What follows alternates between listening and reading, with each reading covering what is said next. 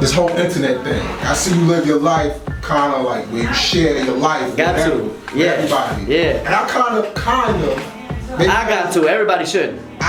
You know, but for what I do. Yeah. But I kind of try to more or less go back into the shadows and be like, now I don't want to share everything, but. Cause see, for me, that's how I really live. Like, homie, if you ever walk land with me, you will see that's really how I am. Like, the same way I hold my phone is the way I do whoever's walking with me. And I'm gonna tell you with some deep shit, if you really think about it. I really started doing that Instagram shit after Mecca passed. I really started doing that on the phone because really I was so used to turning to my side and talking to my queen. So I really did some real shit, right? Yeah, this that exclusive shit. Cause I don't be on YouTube no more. I don't be on nothing no more. I stopped doing all that shit. So I only did Instagram because people was wondering where I was at. And because Mecca had passed, I knew that they would assume that if I got on Facebook that I might be, you know, fucked up some kind of way. And that wouldn't be good for them because I'm an example for them. Really, I was looking like, damn, I need to show y'all that I can make it, so let me figure out how to rewire myself. Y'all want to see me show and prove? I'm about to show and prove. What I'm going to do? Say, no, I quit? I can't, because I got babies, so I got to show and prove for them, really for them. So it wasn't about nobody on the internet, it was about showing and prove. I went from being the #1 author to the #1 father. I wasn't promoting no books, I didn't do no lectures, and then you saw what happened. The Bobos took over. All the 10%ers came up and said, yo, I got the knowledge for you, like, and they really just got an economic program. Not even that, they got a fundraiser for you. You feel me? And I ain't mad at them because a hustler gonna hustle, man. My first book was called How to Hustle and Win. They still living off that first book. They ain't make it to knowledge itself. Right. They're not teaching righteousness. None of them teaching morality. That's why we still fucked up, homie. The gods is the moral compass. We gotta really get the people back their values. Absolutely. Well, otherwise, they're gonna be pansexuals. Let's get into smoking white weed. Your first book, How to Hustle and Win. Right. That's your very first book. How did that come about? And how long after you started? You said you started a graphics company, then it turned into a publishing company. Yeah, so it became a publishing company just because I wanted to publish a book. So I needed the LLC to publish it under. So I just happened to have the LLC, and I wasn't using it because, like I said, with Mecca, I didn't want to do photography and have girls over at the house no more. I was trying to be honored, you know, doing my best, you know. And I ain't never dishonored her, but like she could have had 1,000 grievances with me because that's the nature of just being in a couple. You gonna have shit going on.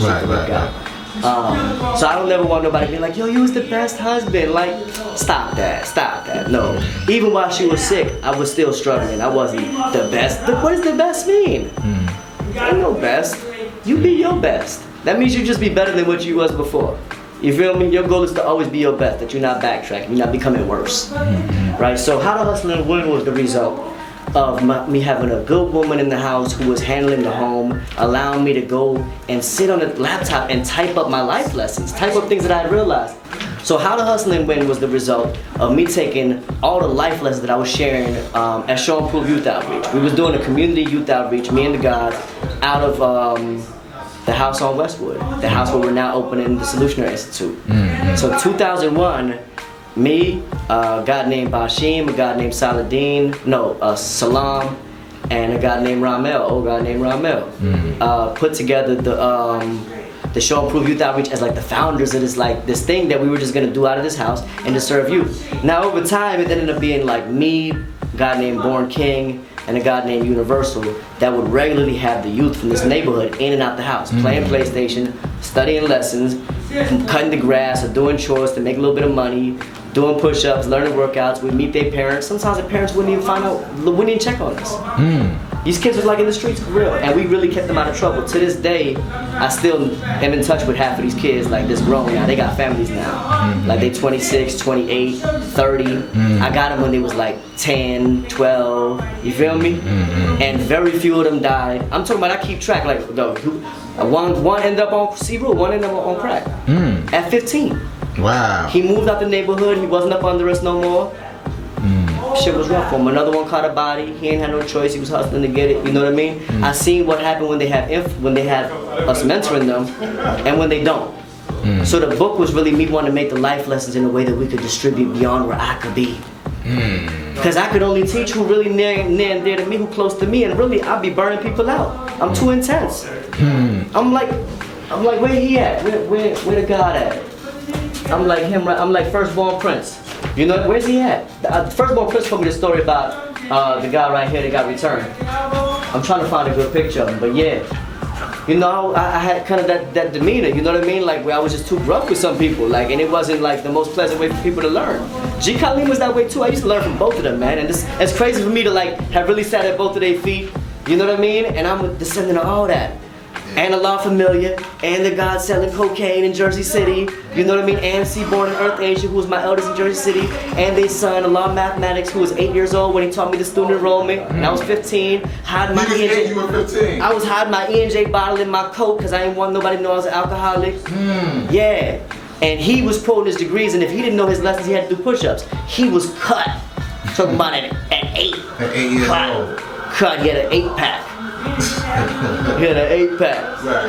Well, now when that book came out, I mean, did you have any like a formal publish? It was your own self-published. Yo, God, see, people always ask me how long did it take that book, and I always say 10 years. Because there was articles in that book that I wrote 10 years ago for college.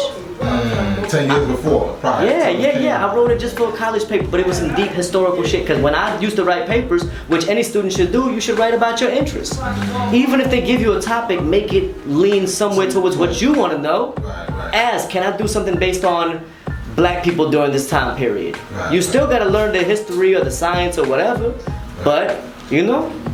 So did you? I mean, how did you get it to reach so far? I mean, you wasn't really hustling. You wasn't really hustling yourself. Like, yo, I did a lot of that, but I keep telling people, in addition to what I did, you gotta put the marketing in your product. See, like right here, God, I ain't gonna give you no filler.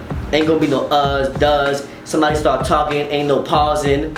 Cause I'm gonna give it to you. You ain't gotta barely circumcise the motherfucker. Like it's good to go. You feel me? But that's because I put the quality in the product. This from the dope game. Do you want cut or do you want raw? I remember how hard it was to, you know, people to get off the cut. And then you got bad customer feedback. People talk about you, the dope fiends talk. You know? So if you make a good product and you make it so good that it actually make people talk about it, and within it you actually say talk about it. Right. You say talk about it in the thing. Right. You put the marketing in the thing. You give them stuff to talk about. You give them stuff to compete on, stuff to share. But you had someone like I read somewhere, I think, like Gucci Man read your book. Yeah, while he was locked up. While he was locked up. Man, I catch people while they sitting down, God. Really, I used to go to the concerts and I used to go backstage and I put books in all the Atlanta rappers' hands. That's why Atlanta became like Atlanta is. Atlanta's so woke because T.I., Scrappy, you name it, all of them had books from literally like 2008, 2009.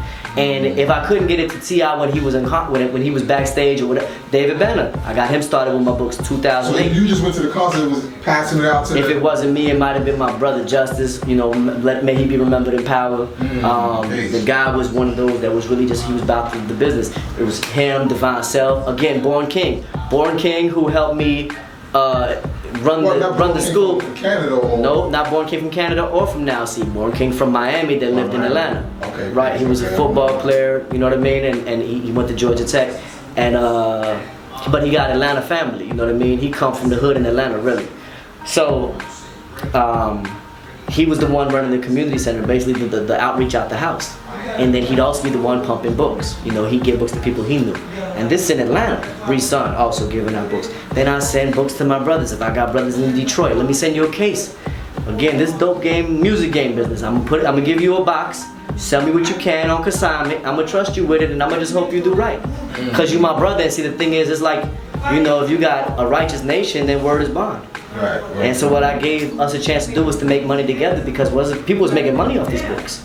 So that's more motivation. People was like, yo, I need another case and another case. Original author, peace to the God, he sold 400 fucking copies of Knowledge of Self by himself.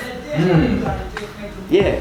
Rashawn Sincere, who was out here, he was a contributor to Knowledge of Self. He was selling copies regularly, in addition to his own books. God is also a publisher. Right. So, you know, I was able to, you know, be involved in some of the, and there was guys that was actually publishing before me. Right. But I didn't know about it. It was a brother named Hotep who actually put me onto the fact that you can self-publish. And he was going through, I believe, and I say believe because I don't know, H. Khalifa. who was a pioneer in black publishing. And at this time, I feel like Hakeem Adabuti and Black Third World Press might have been going through something, so I couldn't go through no publishing house. There wasn't no house to go through. Wasn't no company to go through in 2008.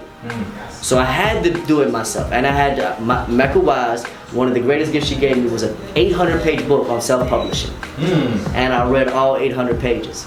And the reason why I was able to read all 800 pages is because she created the kind of household where the babies was good, and I could do that. What was the name of the book? The Complete Guide to Self-Publishing by Tom and Marilyn Ross. If Mecca did this,